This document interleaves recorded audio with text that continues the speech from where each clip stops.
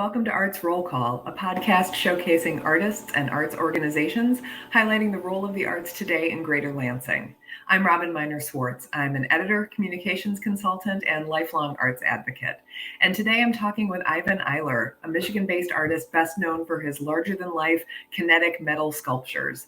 Ivan creates works that highlight the intersection of science and art, creating realistic pieces that breathe movement and life into inanimate objects.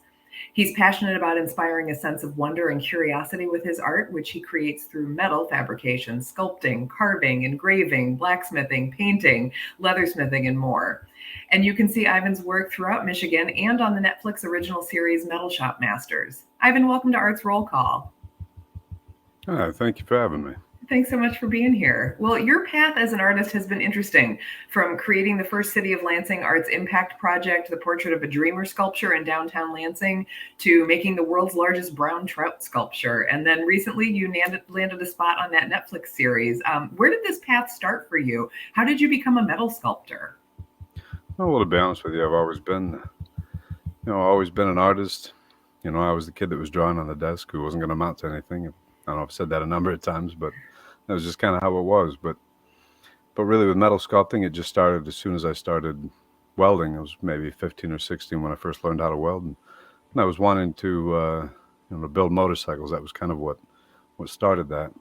I'd already been doing it up to the point that I needed to learn how to weld to be able to go farther. And, I'd done things before as far as metal work, but then had other people do welding for me. And then that's when I started actually doing that part of it myself. And was making sculptures at the same time. I didn't sell any, but I've been doing it since I was pretty young. Do you remember the first piece you sculpted? Yeah, the first piece that I ever made was something I made out of an old dryer that was being thrown away, and I skinned it and hammered it out and made this little model of a woman, and actually still have it sitting around. Oh, that's great. Yeah. Well, how important was your connection to the Arts Council in growing your reputation as a sculpture artist, especially in Greater Lansing? Oh, big. Yeah, very big. I mean, it was through the public sculptures that I started doing and learning about through the Arts Council that I had a very huge impact on my career as an artist. Mm-hmm. A lot of the jobs that I found to put public sculptures up around Michigan came through the Arts Council, so it was huge. Most of your sculptures are life-size or even larger than life depictions of your subject matter. Why are you drawn to creating such big pieces? Because there's money in public sculpting. Fair. Yeah, that's literally what it boils down to. When you're trying to create something in a public setting, something very large has an impact on people. Mm-hmm. As soon as you take something from out of a studio or out of a home and put it outside in a place for people to see it, the larger the better in terms of people actually being able to, be impacted by it. So that's where a lot of the large stuff really came from. Yeah. What do you look for when you see people interacting with your sculptures? What goes through your mind? Oh, I just enjoy it. That's great. That's really the best part of it for me, especially if I'm doing something like ScrapFest, seeing kids' eyes light up when they're looking at like a mechanical animal that I've made or something like that. That's really what does it for me in terms of just like, being inspired to create more. It's nice to be able to see nice to be able to see somebody looking at something like that and just wondering like, how and why, and just kind of, feeling a little bit of inspiration and awe through something that I've created. I like that. Mm-hmm. Well, speaking of ScrapFest, you've participated in several of them in Old Town. How did that help prepare you, or did it prepare you for that competitive atmosphere that you experienced on Metal Shop Masters? I mean, to an extent it did, for sure. Absolutely. Yeah. The biggest thing with that was, as I'm doing that show, it's definitely a competition, but, you have a couple of weeks, now you have even a month where, it's a lot more time than 10 hours, but still at the same time, just taking and trying to come up with something on the fly and build it. That definitely helped me with that, for sure. And to be honest with you, being a part of ScrapFest was probably a big part of the reason why I even got on to that TV show, because it was a lot of the pieces that I had created for ScrapFest that caught their interest in the first place. So if That's not for great. ScrapFest, I might have never done that either. That's really great. What surprised you about yourself during that experience? What surprised me about myself? Hmm. Hmm. Um, I don't. I don't really know. I guess nothing. I suppose. I mean, did you find a certain competitive nature came out that you hadn't No. experienced before, or what was that part of it like? No, nothing like that. No, we all got along right off the bat. Those were really good people. Everybody on that show was great, and Hmm. yeah, it felt like I made not just a bunch of friends, but a whole new family. Hmm. From all those people, and I still keep in contact with all of them. So yeah, That's even the great. judges, I'm still in contact with everybody that had something to do with that show. Hell, even the producer of the show, I'm still in contact with him as well. How did being on the show affect your career and your popularity as a sculptor? Well, it definitely helped with the popularity, that's for sure. As far Hmm. as the social media stuff goes, that all blew right up. Started getting a lot more calls, a lot more attention, for the work that I do. And Hmm. it was, something I kind of anticipated. I figured it's going to be one of those things where you're going to be on a Netflix show, doing what you do. Hmm. It's going to kind of be like the first day of the rest of your life as far as your career goes. And it has been that for sure. It's kind of helping to get me closer to what I actually really would love to be doing. So that's been really nice. So, what is the segment that interests you the most in terms of all of the art you produced? I listed that whole long list of the media that you work in, but do you have a favorite child in there? Well, just metal work in general, yeah, Hmm. yeah, for sure.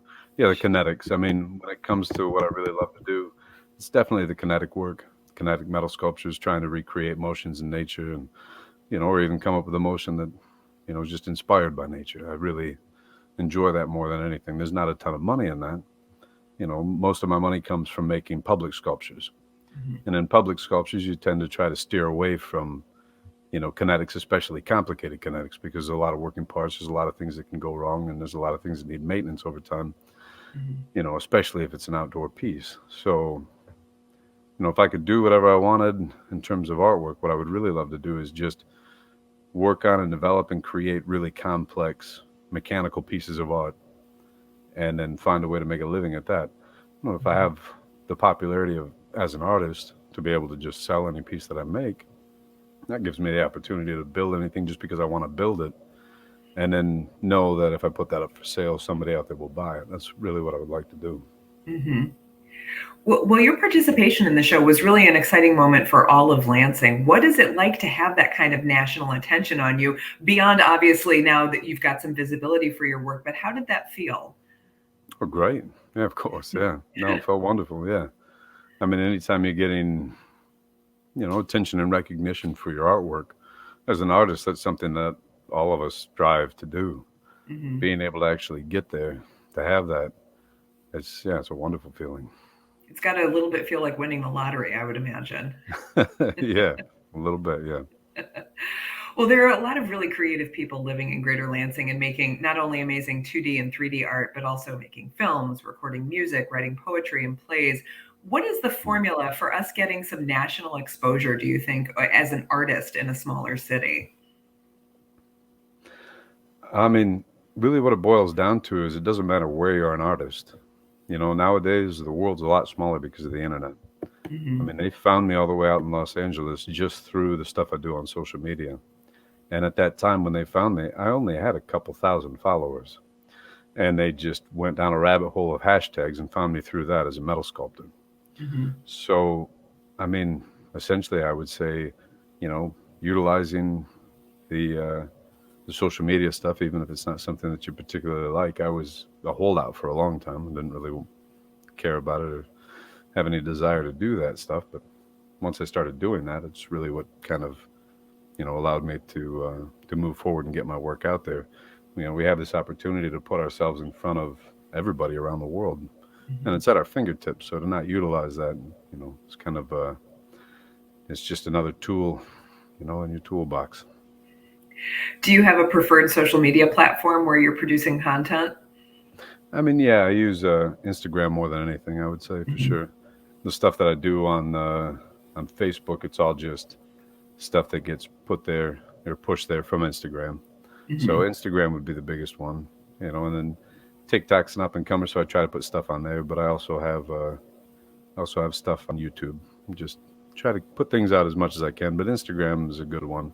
The nice thing about Instagram for an artist is it shows you a whole list of things that the person's doing. So when you go onto somebody's Instagram account, you're going through and you're looking at it like it's a portfolio of their work. You can just scroll right through all the things that they have there, and it's laid out like a portfolio. It's almost like it was designed for artists, so it works really well for me. That's great. And you're growing that following, I would imagine, as you said, Netflix found you because of social media, but now people are finding you because of Netflix, I would imagine. Many more than, yeah. Sure. It's made a very big difference, yeah. I'm sure it has. Well, as Greater Lansing grows and more talent emerges from here, what do you think has to happen to make Lansing a city known for its strong arts community beyond us knowing that about ourselves? Just to show it to the world. I mean, public art's a great way to do that. That's the biggest way to do that. If you have a city that has, the greatest artists in the whole world living there, but there's no art for anyone to see anywhere, then nobody would know that unless they were into the arts community. So through the public artwork, I would say that that's definitely the way to do that. The murals, the sculptures, everything that's being put up in Lansing, those are ways of showing everybody out there that this is a place that there are a lot of thriving artists that are very talented. Ivan, what's next for you? Well, just keep doing what I'm doing. Keep making sculptures, keep building artwork, and keep doing what I love to do. So that's really the same thing I was doing before is what's next for me as far as I know right now. But I mean, you never really say no when an opportunity presents itself. So at this point, who knows? What's inspiring you right now in your work? Well, the same things that I always have. I look towards nature, motion, mechanics.